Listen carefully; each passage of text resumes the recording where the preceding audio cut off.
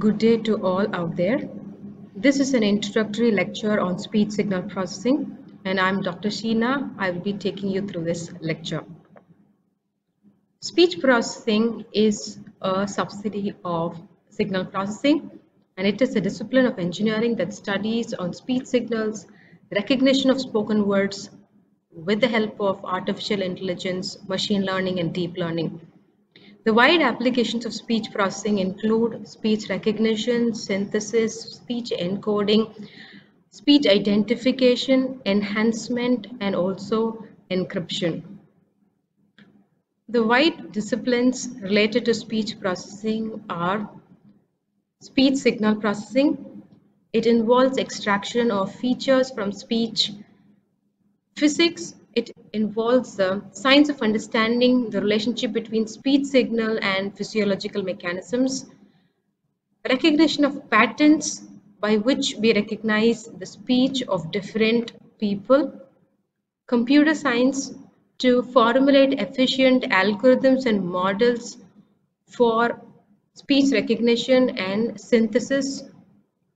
Linguistics, so linguistics involve the relationship between speech sounds pertaining to a particular language, which gives us the syntax and semantics to be followed in the speech for a given language. The smallest unit of speech is phoneme. Phonemes group together to form words, and words form together the sentences. The phoneme is the basic unit of any language. And in English language, we have the classification of phonemes as follows: vowels, semi-vowels, diphthongs, and consonants. Vowels are again classified into front, mid, and back vowels. Diphthongs are a combination of vowels. They start from one vowel and end with another vowel. Likewise, we have the semi-vowels like the liquids and glides, which have the characteristic of vowels, but they are distinct from the actual spectral characteristics of the identical vowels. We have the consonants classified as nasals, stop consonants, fricatives, whispers, and effricatives. The fricatives lie at the high frequency region, and they are again classified into voiced and unvoiced fricatives. The voiced sounds are produced by the periodic movement of the vocal folds, whereas the unvoiced sounds are produced by some arbitrary movement of the vocal folds. We don't find any specific movement of the vocal folds for unvoiced sounds. We have the speech waveform characteristics expressed as loudness, which depends upon the amplitude or height of the sound waves, on pitch, which is the fundamental frequency of speech, and also on the spectral peaks, which are called as the formants. There are three aspects of speech processing that are analyzed in this lecture: pre-processing of speech and feature extraction, followed by speech recognition. Speech pre-processing is done either in the time domain or on the frequency domain. We can either analyze speech as given over the time domain or as a spectral envelope, or also the combination of time domain and spectral envelope, which is a combination represented by spectrogram. In the time domain, the speech is captured by a microphone. It is sampled at a high sampling frequency of about 16 kilohertz. Each sample is converted to 16-bit data to follow the Nyquist theorem in order to reconstruct the speech signal back to its analog form. For instance, if we have the speech signal sampled at 22 kilohertz with a resolution of 16-bit, how many bytes would we have to store for 10 seconds? And here's a simple calculation. So when we have 1 second with 22,000 samples, so for 10 seconds we would require 22,000 represented by 2 bytes, that is 16 bits, into 10 seconds, which gives us 440 kilobytes. Time framing. Time framing is an important pre-processing step of speech signals, in which we see that speech frames are generated of the range of 10 to 30 milliseconds. This is because of the inertia of the speech production system, which has its lag in speech production. So we always see that the frames are overlapped so that we do not miss out any important speech feature extracted out of them.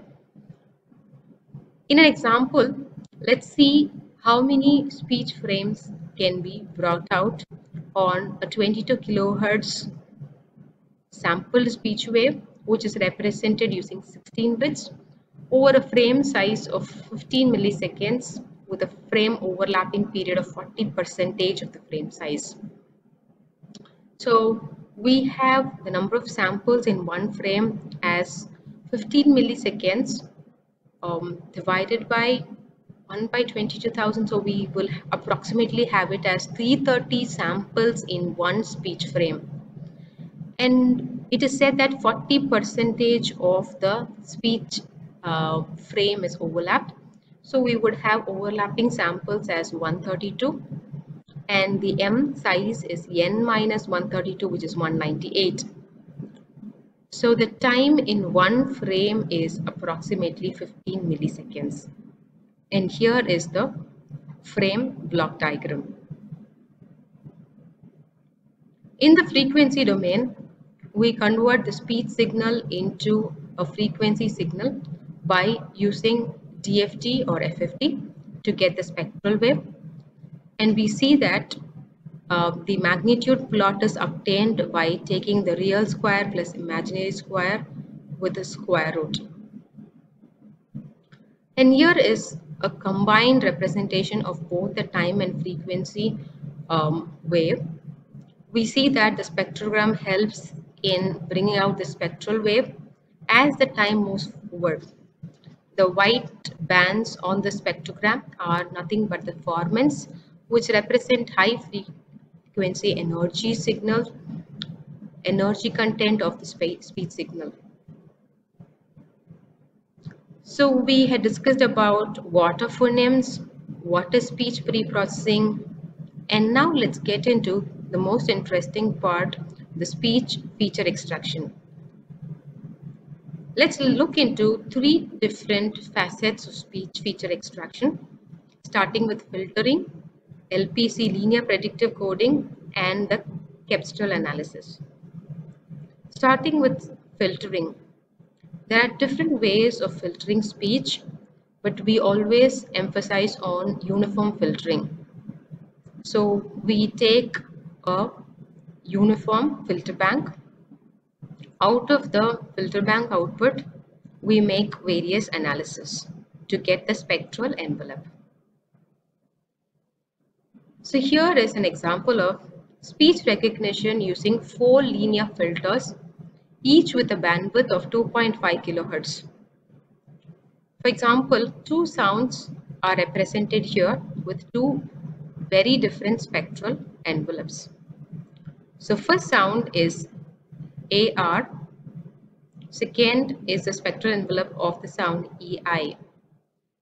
So now this entire speech signal is split into 4 bins, and we see that V1, V2, V3, V4 pertaining to the first spectral envelope is totally different from W1, W2, W3 and W4, the 4 spectral bins of the second envelope. By this we can categorize these 2 sounds as different, and this will lead to effective speech recognition. So the difference between the 2 sounds, their distance is recorded, and then the magnitude of the distance is computed to differentiate the different spectral envelopes. Second speech feature is LPC coefficients, alpha 1, alpha 2, alpha 3 and so on. For this waveform that you see, we can calculate the LPC coefficients as alpha 1 to up to 8, and for the next frame the same process is followed, but alpha dash 1, alpha dash 2 are the labels given to the LPC coefficients extracted out of the second speech frame. Likewise, we extract the LPC coefficients from each of the speech frames and differentiate the LPC coefficients from the other envelope to differentiate them for the process of speech recognition. Please remember that LPC coefficients are computed by a linear regressive process including the summation of all of the previous speech frames. Next is the Capstone analysis. We know that speech wave is a product of excitation and also filtering. And we are here to separate the excitation parameters and the filtering parameters. In Capstone, we can easily identify and remove the glottal excitation, which is totally not required for the process of speech recognition. So we see that speech signal is a convolution of excitation and also the filter component, and by these mathematical operations we can separate the excitation from the filter components. So Capstone coefficients are extracted by windowing the speech signal, taking the DFT of the time domain signal. Now the spectrum is converted into a logarithmic spectrum. Then we take an IDFT of the logarithmic spectrum to get the Capstone coefficients. These Capstone coefficients are very much useful in finding the glottal excitation and also for vocal tract filter analysis.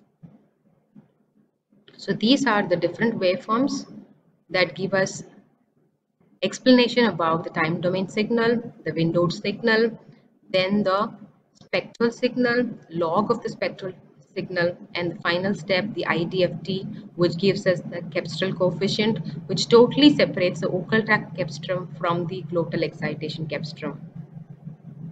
So filtering is a term that we use in the Capstone domain, which is equivalent to filtering in the time domain, which will help us to remove the glottal excitation part in order to preserve only the vocal tract characteristics, which are very much useful for the process of speech recognition. And this is the reason for filtering, which is called as filtering in the Capstone domain. It is helpful in removing all the ripples that are pertaining to the glottal excitation. Thank you.